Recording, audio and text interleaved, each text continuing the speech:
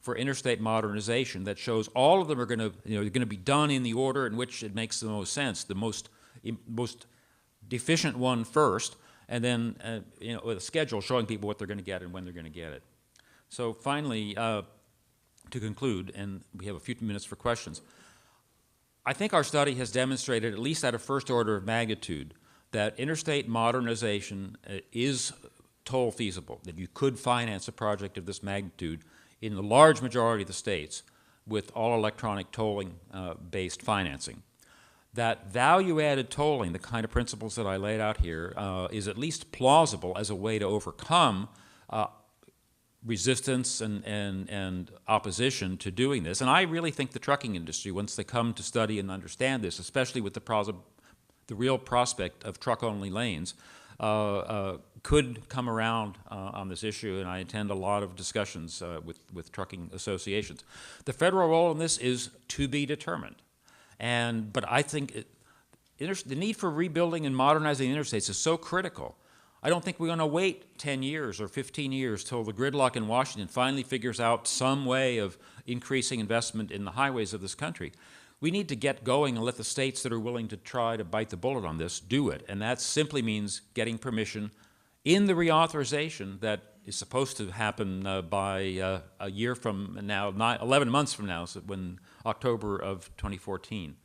So with that, I thank you very much, and we're happy to entertain questions until somebody brings out the hook.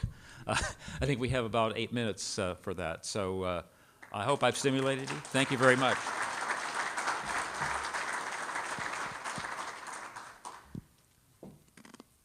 Is there a microphone? Stand up, so project your voice. The folks in North Carolina Yeah. are getting told. Yeah. Have they partnered that concept with them getting credit back for the fuel tax? No, that has not. No state yet. Arizona actually enacted about 3 years ago a transportation PPP law that did include the electronic rebates for fuel taxes paid on toll capacity. Trucking industry opposed that for some reason. Some other people opposed it. And last year, or earlier this year, the legislature repealed that little section. That was the only place we had that rebate concept actually enacted into law. But I think that's very important going forward. It is. It's very simple. It's very simple. It's very, very doable. It doesn't seem like it's going to politically work without that. I think you're right. And in fact, if you look at the amount that a state takes in fuel taxes, at least for passenger cars, is about a penny a mile. So our system is based on 3.5 cents a mile. So even if the state's only netting 2.5 cents a mile, they're way, way ahead of the game, even if they give the rebates. So I think the DOTs ought to really think this through quantitatively and see that if that's the key, if that's a key at least, to making this acceptable, by God, do it. Tim, did you have a question? What are the political hurdles? Why won't they do it? Well, I mean, I had conversations with Congressman Micah during the last reauthorization and with all the staffers on T&I and a number, and we just couldn't get over the distinction between reconstructed lanes and existing lanes. They could see it for new lanes, but they didn't, and they also didn't see that if you only charge for the new lanes, you're not going to generate enough at any kind of reasonable rate of toll to pay for reconstructing the whole thing. So there's a big educational job needed on the difference between existing lanes and reconstructed replacement. Maybe we should use the term replacement lanes for this instead of reconstruction, so that they really understand what we're talking about. But that, I think, is the single biggest hurdle. We actually had the Senate EPW committee, when they were debating the Senate version of MAP 21, there was a toll flexibility amendment that would have done just what I said. It had bipartisan support. Senators Carper from Maryland, I think, or Delaware, and Kirk from Illinois were the two key co-sponsors, and Warner from Virginia and other Democrats signed on. That was on the list of 20 amendments that were voted on at the 11th hour before the bill went to the floor, and at the very last minute, because there was also on that list was an anti-tolling amendment sponsored by former Senator Kay Bailey Hutchinson and the trucking industry. And the two sides, each afraid that the other was going to get into the bill, and just before the voting started, the two sides met and agreed to pull both of their amendments. And so our tolling flexibility amendment that a whole coalition had worked hard to get into there did not make it into the Senate bill. If it had made it into the Senate bill, we might have had a chance of persuading Micah and the others in the House that it should go forward, but we didn't. But I think that gives me hope that it's with Kay Bailey gone. The truckers are still there, but we're going to make a lot of outreach to the trucking industry because I think this is really in their interest. There's not another plan on the table that has a chance of doing this. So I hope those of you who really care about the future of this vital infrastructure will make your voices heard. Yes, sir. I don't know if this is working. There you go. But I don't know if you heard the previous panel, one of the trucker representatives saying that they're very interested in the fuel savings of what I will call stiffer pavements. Right. And I use stiffer right. because I heard part of that. yeah, because I think the asphalt industry, if challenged, could come up with a stiffer pavement. I think so. So if these future lanes, could you incorporate in your model this benefit of savings in both fuel and the environmental benefit, and help justify at least adding lanes Right. that could be stiffer and more efficient and therefore pay for themselves? I think this is a very interesting subject that I'm just getting introduced to, partly through Tim and partly through the bit that I've heard of this conference.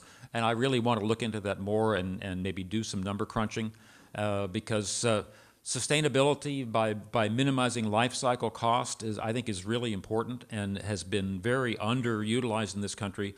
But if you go with a toll finance approach, the investment community that's going to put money into these projects is going to insist on lower life cycle costs. They want to build stuff that lasts, that is easy to maintain, that is in much better average condition over its lifetime. And so it's going to solve itself in a way, but it certainly doesn't hurt to advocate it also. Okay, yes. I noticed on one of your slides you had global capital available. Yes. And since much of these costs would be up front in design and Yep, right-of-way yep. and construction, what kind of global, where would this, I'm assuming private financing? Yes. Where would that come from, and what kind of return on their investment would they be getting? Okay. There are maybe 5 or 6 dozen global infrastructure investment funds that have been put together in the last decade. And I don't have the most up-to-date figures, but there's several $100 billion in those funds looking for good projects. They have funded, for example, the reconstruction of I-585 in Florida and the Miami Tunnel, both funded partly by equity investment from these kinds of funds, coupled with toll revenue bonds, which can be tax exempt for public-private partnership projects under federal provisions that also need to be expanded in the next reauthorization. And these global investment funds, many of them are pension funds or parts of pension funds. Canadian and Australian pension funds were the ones leading the way into the infrastructure field starting about a decade ago, and they are big players globally now. But U.S. pension funds, CalPERS, the biggest one in the country, sets about 5% of its portfolio for infrastructure investments. And they own a piece of Gatwick Airport in London, which was privatized a long time ago. So there's no question that for states like Florida that would do some of these projects as public-private partnerships, private capital is readily available to do this. And this private capital now is funding in Texas brand new managed lanes that are being added to freeways in the Dallas-Fort Worth area. There's 3 big projects of that type underway. The local Dallas Police and Fire Pension Fund is invested in all 3 of those projects. I wouldn't advise them to do that. I would advise them to put it into a diversified infrastructure fund, but that's their decision. But the point is that there is that kind of, and those projects, because they're new capacity that exists right next to free capacity, those could have big returns. They could also lose their shirts. That's called greenfield toll projects. That's a lot higher risk and therefore potentially higher return needed than rebuilding an existing corridor, even though it wasn't tolled before. Rebuilding an existing interstate like I-75 that, except for Alligator Alley, is not tolled, is kind of a hybrid between what we call a brownfield project, an existing project that already, like a toll road like the Indiana Toll Road that was privatized, versus a brand new toll, which is called a greenfield. Rebuilding the interstates is a hybrid of greenfield, brownfield, so it's lower risk because you have known traffic patterns. And so you're probably looking at maybe 10, 12% equity return, but normal kind of tax-exempt muni bond rates, assuming it gets investment grade rating, which I think these kinds of projects mostly would for rebuilding interstates. So blended cost of capital these days, if you're looking at maybe 4.5% bond interest rates, probably 6-7%. So, as somebody said earlier, as I guess it was Adam Putnam said, this is a great time to be doing bond financing for infrastructure projects. And how long that's going to last, I don't know. It's going to take a while to get any of this kind of thing started. But this should be eminently financeable. And so there's a solution sitting there waiting for somebody to pick up on. One last one. Okay.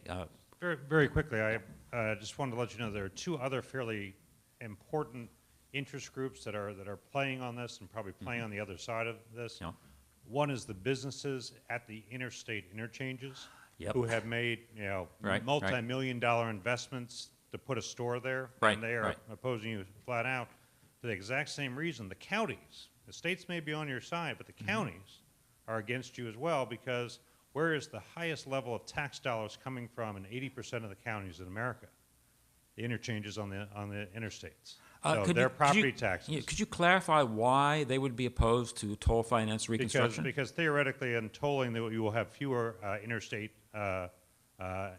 interchanges and exits, and some of those truck stops or McDonald's or that sort of thing will be skipped over because there won't be as many exits. Well, that could be the way someone would could do be. it. But I think, if Congress is going to give permission for the states to use toll finance to do this, they could easily specify that you're going to, not reduce any of the existing on and off ramps and have the same amount of access as you had before. I don't see any problem with that provision at all. And if that's all it would take to get rid of that opposition, I say bring it on. Let's make that provision, because we don't want to lose that kind of access. We're out of time. I thank you very much for listening, and I hope you take it to heart. Thanks.